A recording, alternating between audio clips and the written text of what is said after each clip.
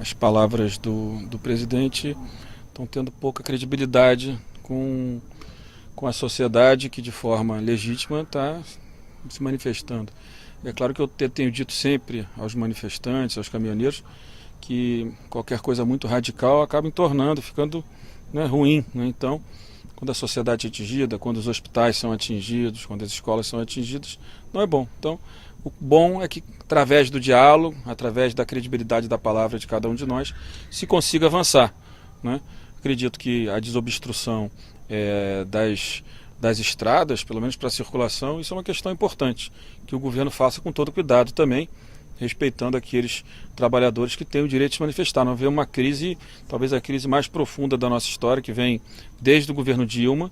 Né? O Brasil sai da recessão do governo do presidente Michel Temer, mas do ponto de vista da melhoria da qualidade de vida das famílias, não aconteceu nada, porque todas as empresas com muita capacidade ociosa, não tem ninguém gerando novos empregos e principalmente empregos de qualidade, melhorando a renda do trabalhador. Então o trabalhador que conseguiu, por exemplo, voltar ao mercado de trabalho, voltou, né, com renda menor.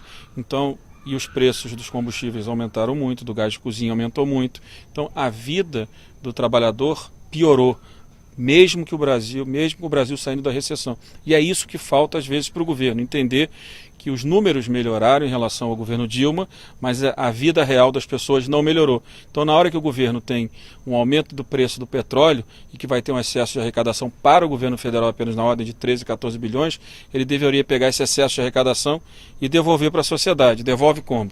Reduzindo impostos.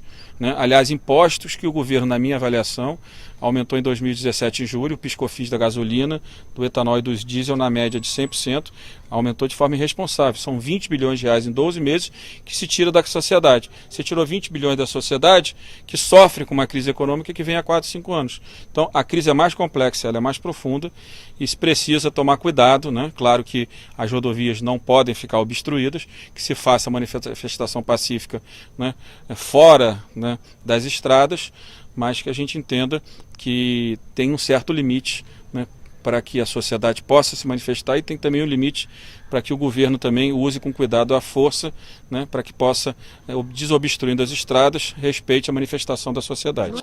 Uso das Forças Armadas. O Exército era desnecessário. Até eu estava agora em Maceió com a presidente Carmen Lúcia e o governo entrou com uma DPF que caiu com o ministro Alexandre Moraes. E ela estava me contando do mérito, não tinha inclusão das Forças Armadas, era Força Nacional. E foi a informação que a gente recebeu lá, que era a utilização da Força Nacional. Né? Claro que a utilização das Forças Armadas, como eu disse, não parece, né, o passo correto nesse momento.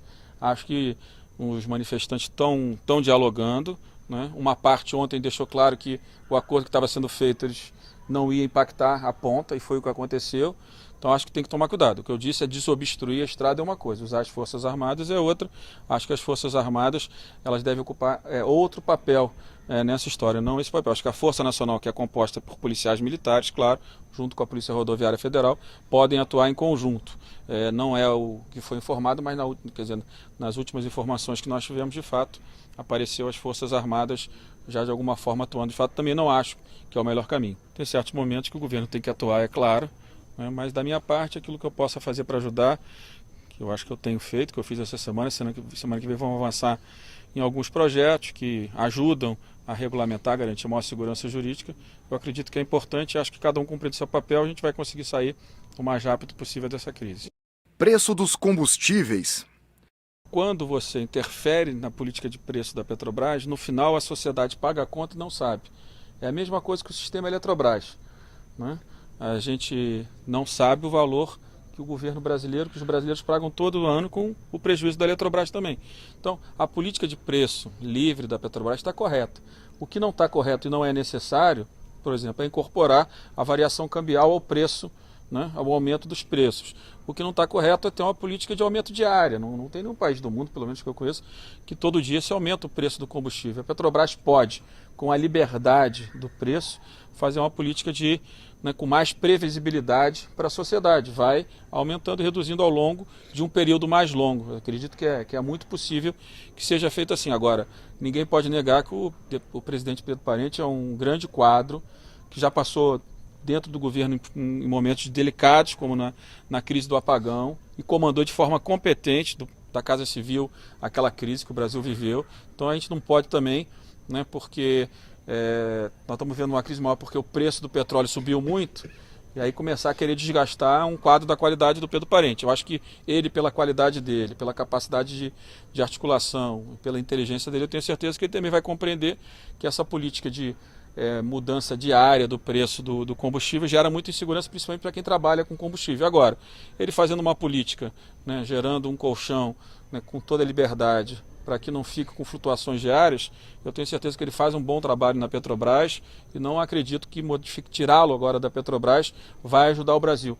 Né? Não acredito que para o Brasil seja o melhor caminho. O melhor é garantir uma política com mais previsibilidade para o preço do petróleo, sem interferência, né, sem subsídio. Se quiser subsidiar o preço do combustível, é através de redução de imposto. Quem subsidia política pública é o orçamento da União, não é a Petrobras. Então, se a gente quer reduzir o preço do combustível, a gente tem que reduzir os impostos. O PIS/COFINS, que o governo dobrou no ano passado, né, a alíquota, zerar essa alíquota do PIS/COFINS, pelo menos do diesel, pensar em zerar a CID, que o governo já anunciou, e pensar dentro do orçamento outras políticas compensatórias que possam atender a sociedade. PIS/COFINS. Cada casa tem a sua agenda, né? Até porque o presidente Michel pode zerar a alíquota do PIS/COFINS por decreto, porque ele dobrou a alíquota do PIS/COFINS ano passado, da gasolina, do etanol e do diesel, lembrando aqui 100% de aumento, de julho do ano passado até julho desse ano. O brasileiro vai pagar mais de PIS/COFINS com esse aumento, do meu ponto de vista absurdo. 20 bilhões de reais saiu do bolso do brasileiro para os cofres do governo. Para quê? No momento de crise que a gente vive. Então acho que está na hora do governo, né, tirar essa conta da sociedade. A sociedade não pode pagar essa conta.